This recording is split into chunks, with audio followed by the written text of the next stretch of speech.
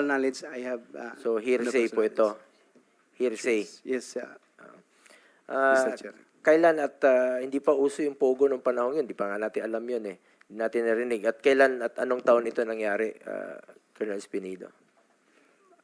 For me, Your Honor, Mr. Chair, I've heard the Pogo, 2007 pa siguro nga may illegal gambling na. No? Pero sa what I've said, mentioning late Mayor Navarro, right after na kung matandaan mo, Mr. Chair, Your Honor, na nagtawag ka na cleared na si Navarro kasi nagpunta siya sa inyo na parang nagsasabi siya na hinanap ko siya, target ko siya, when in fact ako ang chief of police at the time sa Uzamis. Wala akong pakialam sa Clarin, so focus ako sa Uzamis. But then dumating din yung punto na parang nagpakialam ako sa ibang lugar na hindi naman totoo. So ang pagpunta niya doon sa office ko, kausapin ako na inutusan mo raw na para maklear talaga siya, hindi na siya matakot sa akin, na since isa din, Your Honor, Mr. Chair, na tawagan ko naman lang, sabihan ko naman lang siya na ikaw kasali, or tinakot ba. So mag-clear siya para magkausap kami na welcome man siya magpunta sa Uzamis, wala man siyang problema din. So yun ang pag-usap namin at the time. So base sa, matagal na yun, ano? Base Yes. sa assessment mo, okay na siya, cleared na siya. Yun ang nag-usap kayo. Hindi ko rin alam, Your Honor, Mr. Chair, kasi wala man akong list na paano din i-clear siya kung sakali nasali din siya. So ang katanungan natin dito is sa recollection mo, sa maalala mo, no? Yung sinabi mo, tinawagan kita to clear dito kay Mayor Navarro. Hindi ko na maalala, mga leader din natin yun doon sa Mindanao. Ang tanong ko lang naman sa iyo, Spini, bakit kailangan siyang magpa-clear sa iyo nung panahong yon? Yun din ang naano ko, Your Honor, Mr. Chair, kasama ko nga yung deputy ko, na bakit magpunta siya para sabihin hindi siya matakot sa akin kasi ang pag-alam niya isali ko siya sa list daw. Yon ang pag-intindi ko na magpunta siya. Kaya pinapunta siya from your end na hindi ako kasali sa watch list. Kaya nga recommended ako ni sa inyo, sir, na tumawag si Senator si Sir Bongo sa inyo para to prove na wala akong kasali sa list. So, ibig sabihin, kiniklear niya yung sarili niya sa iyo at wala siyang dapat ikatakot. Yes, Your Honor, ba? Mr. Chair. Anyway, yung nakalagay kasi doon sa affidavit mo, no, nung mga nakaraan na nabanggit po yung pangalan ko. Na-mention mo eh. Yes. Na may nagtanong sa iyo doon. Kaya gusto ko lang po i-klaro. Narinig mo naman po kanina. Wala naman tayong partisipasyon dyan sa war on drugs. Sa pagkaalam mo at gusto ko lang pong tanungin ka muli dito harap-harapan, meron ba akong direct or indirect participation dito sa sinasabi mo?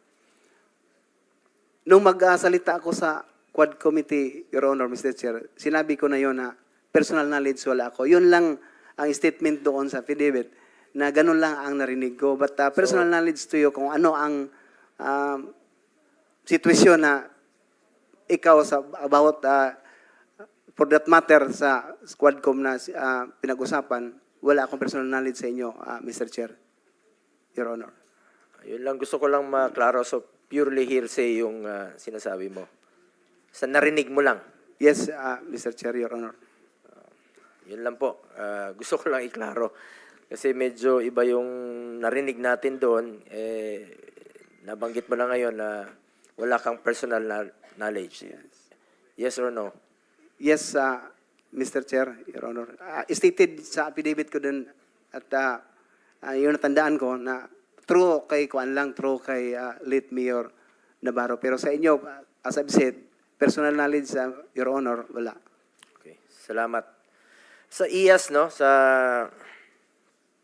kay bagong IAS natin. Dito pa ba? That's why I understand for that reason, pinapaintindi ko siya nang pumunta siya sa akin na ganun, wala akong alam kasi dito lang ako sa Uzamis at saka hindi ko din papil yung magsali sa kung ano ang validation sa watch list. So talagang inano ko sa kanya, hindi ko kasali or alam kung ano ang record mo, Mayor. Pero ang sa kanya to clarify also na baka may intention ako or may alam ako sa pangalan niya. So that's only the way na ang pag-uusap namin, Your Honor, Mr. Chair. So, klaro po. At kung wala kang personal knowledge tungkol sa akin, dun sa affidavit mo, bakit mo sinama yung pangalan ko at bakit nasingit yung pangalan ko? May pumilit ba sa'yo? Remember, you are under oath po, no?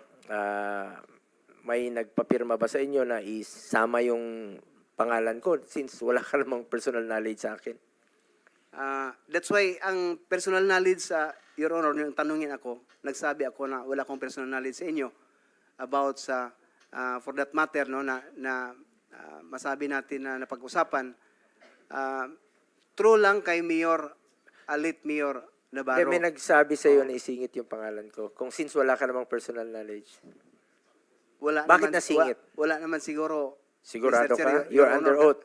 Kasi sa affidavit, although marami-rami yon ang paragraph. Meron bang na- nagpahabol sa iyo na isingit yung pangalan ko? Yes or no lang naman? Wala naman, Your Honor, Mr. Chair. Sigurado ka? Yes, Yun talaga ang ginawa mo na affidavit, original affidavit? yun naman ang original sa akin, Your Honor, Mr. Chair, yung ginawa ko. Kasi nagpunta ako doon para pag-testify, nagawa na ako ng affidavit ko. Pero wala kang personal knowledge naman tungkol sa akin. I attest to that, Your Honor, kasi number one, kilala kita. Pagkatapos sa tanong naman doon sa Quadcom, sinabi ko din na I have no personal knowledge about sa sinabi na ni late Mayor Navarro. Bakit mo sinama yung pangalan ko sa affidavit? I'm just only relating for the message, the word came from Mayor na pinupunta ko dito. Pagkatapos, stated man doon na, Your Honor, Mr. Chair, bakit nasali, no? Nag-explain siya na pinapupunta ako ni Sir Bong para maklear ang pangalan ko. When in fact, mayroon nga, ako ngayon, ang dala ko ngayon yung sa Lasto. Lasto ba? Basta ganun sa illegal gambling ang hinawakan niya. Siya ang kasi na pag-usapan yon, Your Honor, Mr. Chair. Kasi ako lang ang hipi ng Miss Oak na hindi tumatanggap ng yung sa gambling, no, yung may monthly na ibinigay. So, nagtanong siya bakit hindi ako magtanggap. Alam mo naman yun ang binigay ngayon. Hindi ko lang ano yun na Lasto. Basta parang inano na ngayon, Your Honor, Mr. Chair. So, yun ang pag-usapan na ang pakay niya, di na ma-inform ako na pinahintulutan naman, legal naman yung sa gambling na ibinigay sa mga polis. Turo sa inyo ang sabi ni Sir Bongo. So, yun lang, parang nag-relate lang ako sa napakinggan ko siya at the time na nagawa ko ng affidavit. Your Honor, Mr. Chair. So you're putting on record, you included hearsay in your affidavit? Yes, at saka sinagot ko din sa mga member ng Quadcom, Your Honor, Mr. Chair, na ganun lang, napakinggan ko lang yung kay Mayor Navarro. So purely hearsay.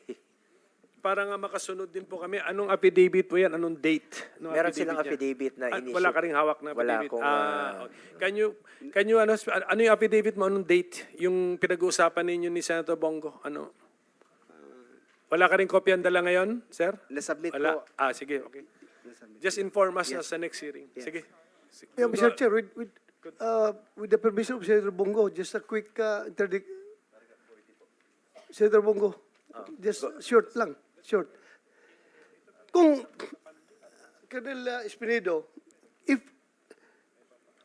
alam mo palang hearsay, pulis ka, di ba? Pulis ka, wala kang personal knowledge. Alam mo naman yan eh. Now, kung wala kang personal knowledge, dapat hindi mo sasabihin. Anong motive mo? Bakit sinama mo doon sa pinabit mo ang pangalan ni Senator Bongo? Narinig mo lang naman kaya. Tapos wala kang personal knowledge. Anong purpose mo doon? Bakit mo sinabit yung pangalan niya? Can I answer? Yeah, go ahead, go ahead. Go ahead. Your Honor, Mr. Chair, what did the Quadcom committee happen is to legislate aid of legislation. So that is not really the proper court that we file a case, and I must have probable cause to refer to the court that indeed person was also involved in that illegal or whatsoever. So yung sinabi ko lang dyan as aid of legislation to give them an information na yun ang nangyari talaga. No? In aid of legislation, tapos manira ka ng reputasyon ng tao na wala ka naman palang personal knowledge. Sabihin mo doon, anong in aid of legislation na makukuha doon ng Congress? In aid of persecution ang ginagawa mo dahil sinira mo yung puri ng isang tao na wala ka naman palang personal knowledge. Ito, madagdag ko lang, with the permission of Senator Bongo.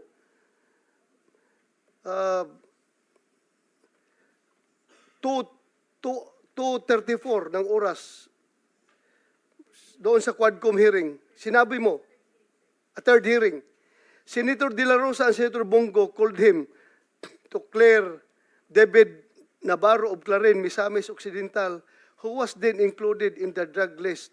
Mayor Navarro was funding the reward system through STL. Dalawa kami tatawag sa'yo na i-clear namin yung si Navarro. Tumawag siya, tapos ako tumawag rin ako sa'yo na i-clear si Navarro. Please enlighten us. Bakit dalawa kagad kami nilamp mo na tumawag para i-clear si Navarro? Ang hirap intindihin.